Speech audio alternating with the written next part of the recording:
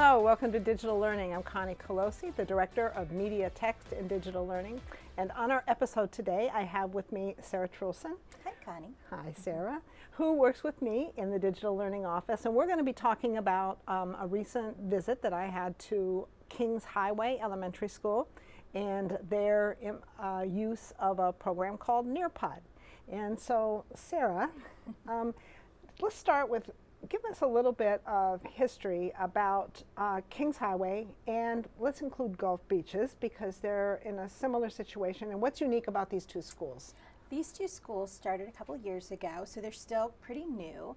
And the initiative at both of them was on digital learning and on innovation. So they're both magnet schools, so students across the district can attend them.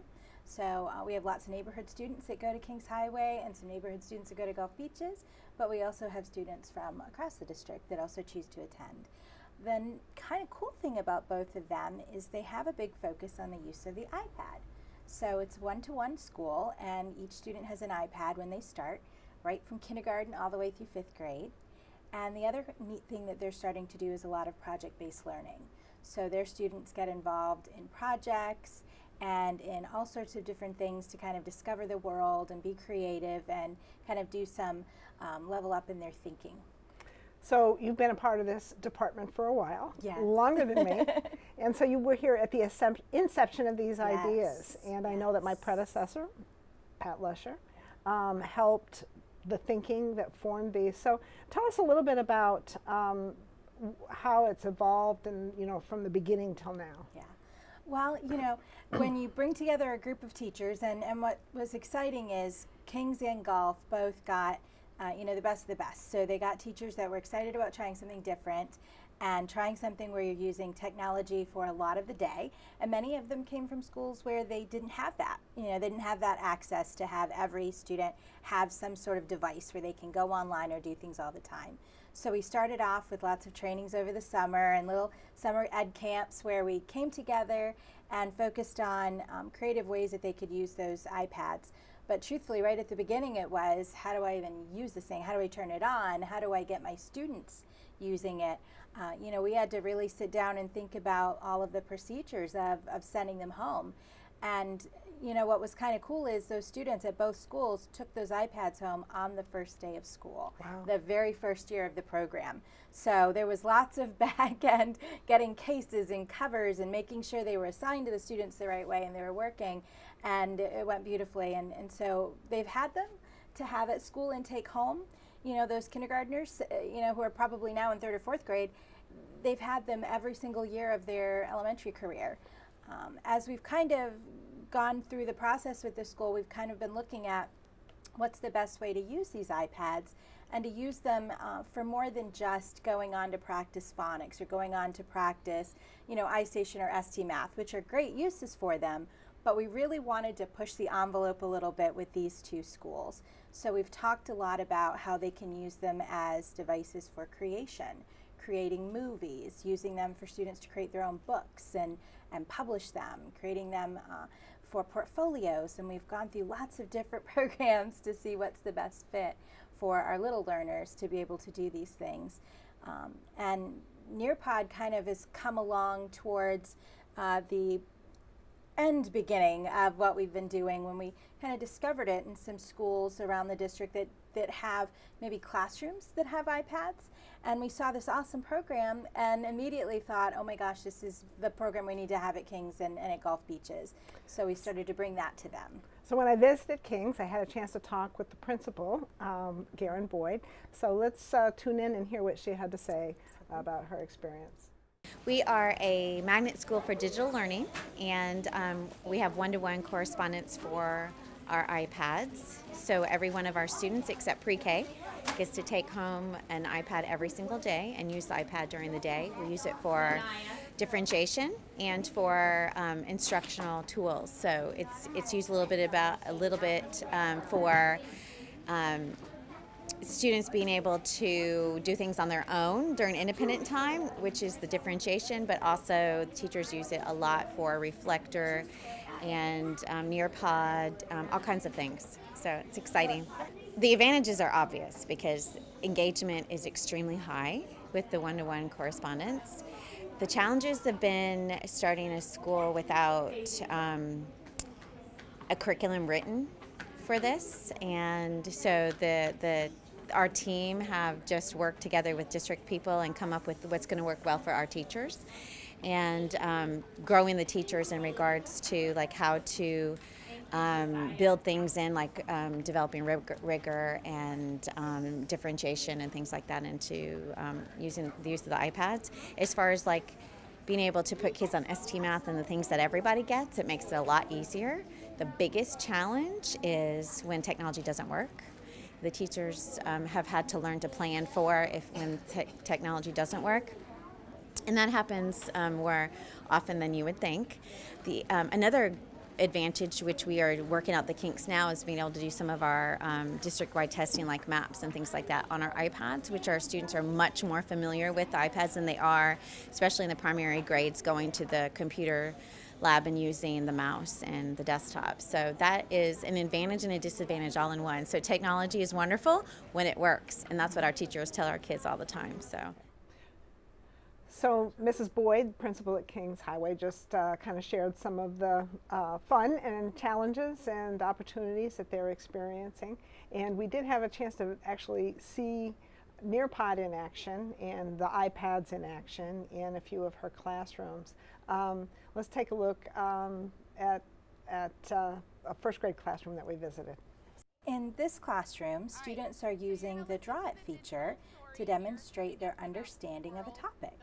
Nearpod allows you to kind of tuck in these participation opportunities so that the students can view the material you're trying to teach them, and at the same time you can very easily have them demonstrate their understanding, kind of check in to see, are they getting what I'm trying to teach them? And the Draw It feature is a phenomenal way for them to do it. So you'll notice in a few seconds in the video the students are given an image and they have to circle and classify which are non-living and living things. So they circle them all, and then what's awesome is the teacher can then kind of shoot up on her whiteboard, if she's using it, what each student's answer was, or even have them share out or work with partners. And they've got it all right there, so it's not anything special she's got to tuck in or have them wait for. And we know in these little grades especially, wait time is not a good thing to have. So when I was in the classroom, what I did notice was that she wasn't projecting this, and you know, she just has her screensaver there, as you can see on her smartboard, but she's monitoring what each of the kids are doing as they're going through, and she can see which students have an understanding of living, non-living things, man-made things versus natural things. And then as we can see here, she's got the review of the main points of the lesson right in front of them. And typically we see somebody teaching from the front of the room, and she's teaching on their iPads. So we had a chance to talk with her about this and get her thoughts on her experience in her classroom. Let's hear from her. We are reviewing for our science assessment, the district assessment that's happening later this week. So we are working on our Nearpod lesson of non-living and living things. We love Nearpod. Ms. Clark had introduced us to Nearpod about 2 months ago, and it's a great way to utilize and have students show what they know. There's immediate assessment feedback, which I love. I'm able to see if I need to go back and teach another standard, or if I need to go back or if I don't need to and they've grasped the concept. Today is a science lesson. I use it a lot in my word work as well, so that they are drawing and they're writing. And I know if they've got those basic patterns that we need that are so critical for first grade. The first time we taught science and did non-living and living, we went ahead and taught it, you know, with the workbooks and things like that, and it's fine, but this is a lot more interactive, and that's why I enjoy it. They love it. They love this lesson, for example, had a 360 view, and so the students were actually able to go and view a sheep farm in, I don't know, probably Australia or, you know, someplace else that they never used to do before. We are a digital school, and so we use iPads all the time in our classroom, and I really feel the importance of students being able to going into settings, figuring out which wireless network to join, understanding how to join it, and then restarting their program. First graders can absolutely do this. My philosophy is many do it at home when they're playing games on their computers, so there's no reason that they can't do it at school. And they are more than capable of doing that. My dream would be someday to be in a flipped classroom so that they learn it at home and digitally, and then they come in and we get to explore it even more hands-on. So I think that would be a great way to utilize that program. I noticed a couple things. First of all, those kids really knew what to do. And you know, they just moved right with it. And she talked a little bit about even their ability to troubleshoot when things don't go right. So what did you see with regard to that? What does it take to get a classroom set up like this? I think one of the big things that sometimes people forget with technology, especially with younger students, but even older ones, is you kind of have to create that routine first. So taking time at the beginning for the students to practice taking out their iPads and explicitly teaching them. This is what happens when you take it out. You know, we're not automatically going to a game that's on there. We're going to wait patiently for the next instruction, teaching them how to turn them on, how to open a new app. These are all very kind of discrete things that these teachers that have them all the time, they teach them mini lessons on them.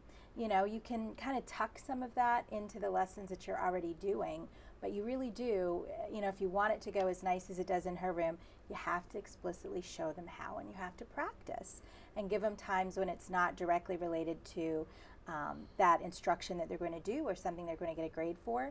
Just have kind of some practice time when they're showing you how to find the Wi-Fi to fix it, how to click on the home button to fix it.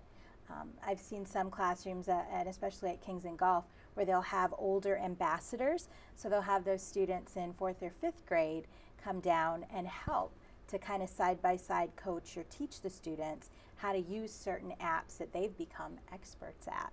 I'm going to guess that those kids could teach me a couple things. I think they probably could.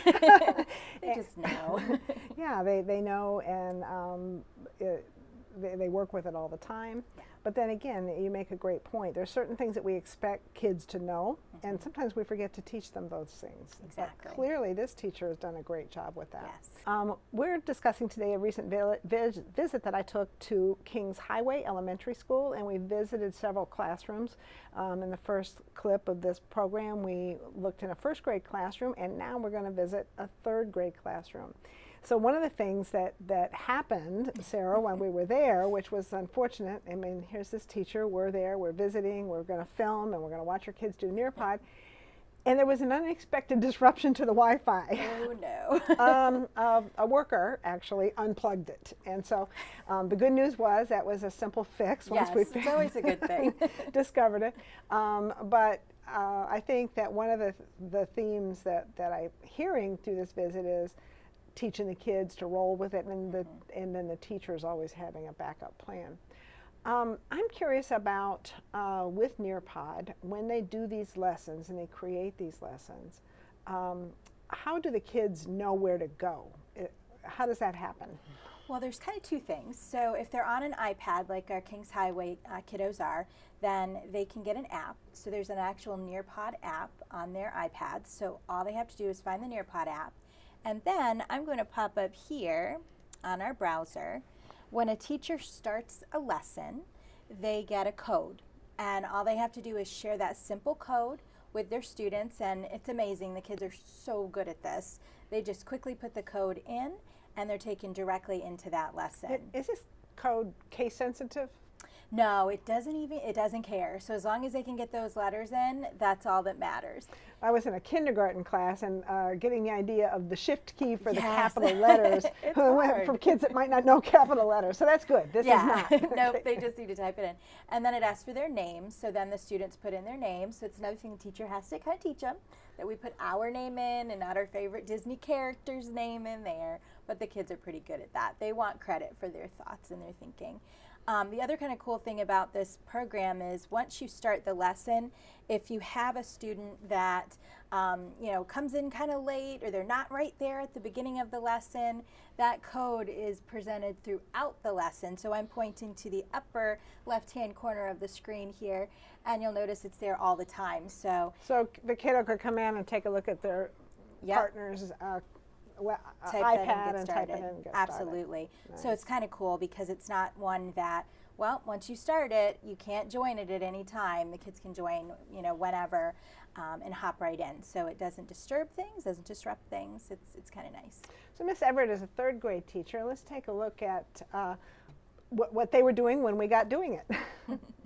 We are going to... So in Miss Everett's lesson, she was taking advantage of one of the many, well, several of the many formative assessment tools that we have available within the program. So in this beginning part, she's instructing her students about a closed passage that they're going to do. And if you're not sure what a closed passage is, basically, yes, that's a sentence or a paragraph where the teacher has intentionally taken out some key vocabulary. So as the students read, they have to select some of the words from a little word bank that would actually complete that sentence and make sense for the definition of the word and the meaning of the sentence. So you can see the student is now dragging them up. And it's nice because, again, you can tuck this into the lesson you're already doing. You can give students a certain amount of time to do this independently. And then they submit it right to the teacher. And it will show them how they did. It'll give them kind of some feedback. The other lessons that she has going on, you can kind of see she's got the slides right a part of the lesson telling the students how they're doing. She's able to go over that passage with them so they get kind of that feedback. She also uses in here multiple choice quizzes. So one of the other cool features is you can just tuck in a few multiple choice questions so you can kind of present a chunk of information on vertebrates in her lesson and then quickly ask the students a question. Are you understanding what you just read? Does that make sense? And you can check it. She uses the draw it feature again. So notice that on this one, you can actually put an image that the students can draw on. So it becomes kind of like a little worksheet for them too. And all the while the kids are working on their iPads, she's able to see what they're doing. And I notice that the kids are getting immediate feedback. They submit, thank you. Nice job, 5 out of 5, and then, high fives for the class. Exactly. So let's hear Miss Everett's take on what's happening. This is my third grade class. We are at Kings Highway Elementary Magnet School, and our magnet is technology, so we try to incorporate technology as much as we can into our everyday lessons. This is my first year using Nearpod, but it has been incredible. I like to use it in writing so that they can get different ideas on how to use narrative writing. We also use it in science, and we've tried using it in math a little bit, but it's really helpful because I'm able to walk around the room and see what they're doing, but we're still doing a whole group lesson. It's not necessarily 100% independent, but they are doing it on their own. They really like being independent about it, but also having that guidance with them, and they love using their iPads as much as possible. When the internet doesn't work, it makes it very difficult to use technology, as well as just sometimes, if the kid forgets it at home or just sometimes it just doesn't work, and then it's a last minute plan to switch over and try something else. How do the kids cope with it when things go down? For the most part, they're pretty good about it. Sometimes it's frustrating or, annoying, which is totally understandable because it's just as frustrating for us adults. But they know that we talk about technology doesn't work every single day, and we always have a backup plan, so it's not like we're not going to get through that lesson and just maybe put a day back. They've taught me a lot on how to use different apps, and especially with their iPads, so it's been awesome. I'm hoping that the more we go on with the years, the better off they are. So Miss Everett was doing a great job with her students, and the technology just seemed to flow with the lesson. The kids were with her and could see what she was doing, and I think that it's really an advantage when they really have this one-to-one feedback with the screen. So we visited a first grade classroom, we visited a third grade classroom, and we visited a fourth grade classroom. In the fourth grade classroom, we actually have two teachers team teaching, Ms. Gaynor and Ms. Brown-Glenn, And so you look at it, there's a lot of kids in the class. Don't worry, it's not a gigantic class size. It's that they have chosen to put their classes together because they can partner better and play off them, and they'll tell us a little bit about that. So let's see what was going on in their classroom. Here you can see Mrs. Gainey, and this is a little bit unique because in the other two classes we didn't see the Nearpod lesson displayed on the smartboard or projector, but in her class she chooses to have that front and center. So you can see the very first thing she has her students do is talk about that learning goal for the day. And she has it up on the screen, but she also has it right in front of all the students. The nice thing about this is students are, again, using those great formative assessment tools like Draw It. They are able to individually do their work and answer their question or what plants need. And then she actually can see on her device all of the students' answers, and a lot of times teachers will pick an answer from one of the students and send it up to the board so they can then have that conversation about, you know, what do you think about this? Is this really something a plant would use to feed? You know, is this a food for a plant? And then students can kind of discuss these types of things. It's always anonymous, so, you know, students can be quiet that that's there, or most of the time they'll shout out that that's their answer. I think at one point I did hear a student, oh, pick mine, show mine. Exactly. And so they do like that recognition.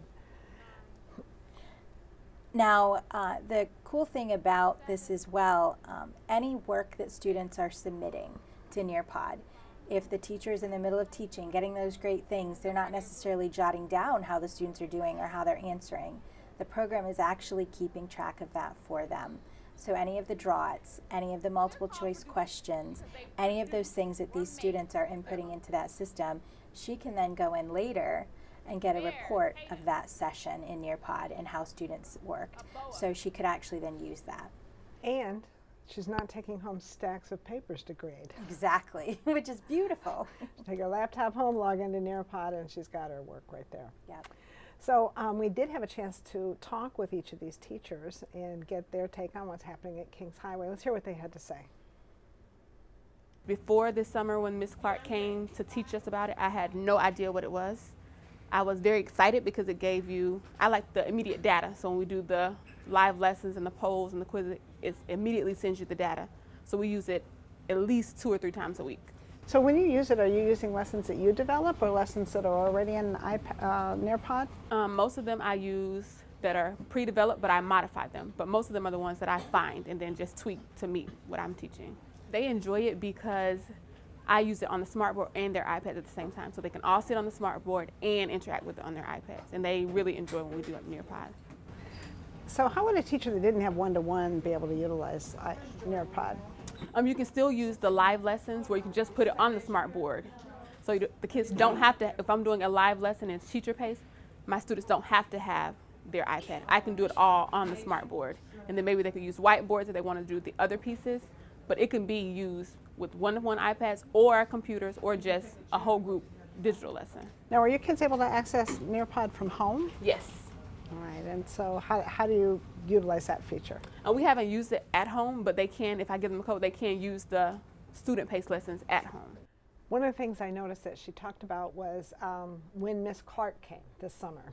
And Miss Clark would be Laura Clark, who works with us, and she's one of the technology integration coordinators.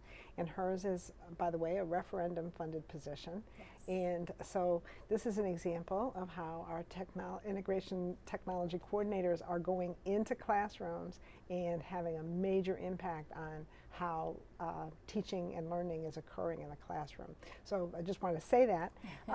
How would somebody a teacher reach out if they wanted to have a technology integration coordinator come help them in their classroom? They can do it in one of 2 ways. So they can email me directly, right to my email, truelsons@pcsb.org, and say, hey Sarah, is it possible for one of our techs, we call them, to come out and work with me? And we set that up. We're usually pretty flexible. Their calendars are full, but we always can fit someone in. The other thing that they could do is if they know a particular one of the tech coordinators because they've worked with another teacher at their school, they can always email them directly. So we have Laura Clark and Stacy Pellerin Vanderloop, who works with our elementary folks. We have Alex Heron, who works with our secondary folks. And so they can kind of reach out to them directly as well, either way. So this is, we'll come to you. Exactly. We'll do it on your timing. Yep. We'll help you do what it is you are trying to Exactly. do, and we're not putting anything on you. No. So just wanted to kind of throw that little commercial in. So we've seen a lot of kids using Nearpod at Kings Highway, and we had an opportunity to talk to one of them and get their take on it. It helped me give me a lot of information that I already know, but it boosts a little bit up in your math and science, and then when you take a test or a quiz, it helps you just focus because you know a lot about it. That's a high recommendation, especially from a fourth grader. Absolutely. You know that you know a lot about it when you go to take the quiz, so what more can you ask? We did also have a chance to talk with the second teacher in that fourth grade classroom, Ms. Brown-Glenn. Let's hear what she had to say. We sometimes work together to combine our lessons and have more feedback with the kids. The more people speaking, the more the kids have opportunity to learn. Nearpod is really exciting for us. This is our first year using it. The kids really enjoy it. We get immediate feedback from the lessons, and a lot of the lessons are already planned, so it makes it easier for the teachers and much more enjoyable for the kids. Okay. So if you weren't using Nearpod to teach this lesson, what would you have been doing? How's that different? We would have been trying to find videos and films to expose them to so much more. We read Tiger Rising this year, and they talked about the Sistine Chapel. Our kids had no awareness of the Sistine Chapel. So with Nearpod, we were able to pull up a lesson that allowed them to view the Sistine Chapel and learn more about it. A virtual field trip, yes, and we don't have to pay to go to Italy or Rome or anywhere.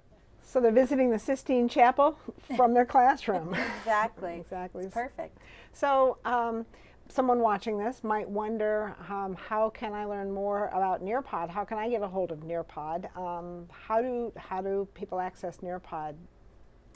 Well, I would say the very first thing to do is if you go to nearpod.com, you can sign up for a free license. So you can give it a try, see if it's something that's going to work for you and in your classroom and the way things work and the technology that you have. One thing that does make it a little trickier is it's a lot better if the students have devices, although they don't have to be one-to-one.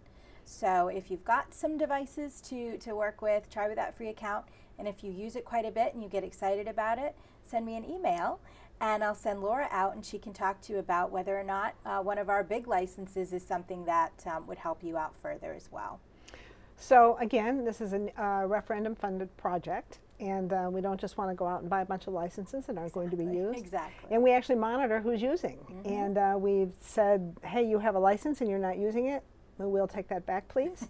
And we've also said to people, hey, we see you're using the free version. Yes. Would you like a license? And so, again, this is our referendum support, helping teaching and learning in classrooms.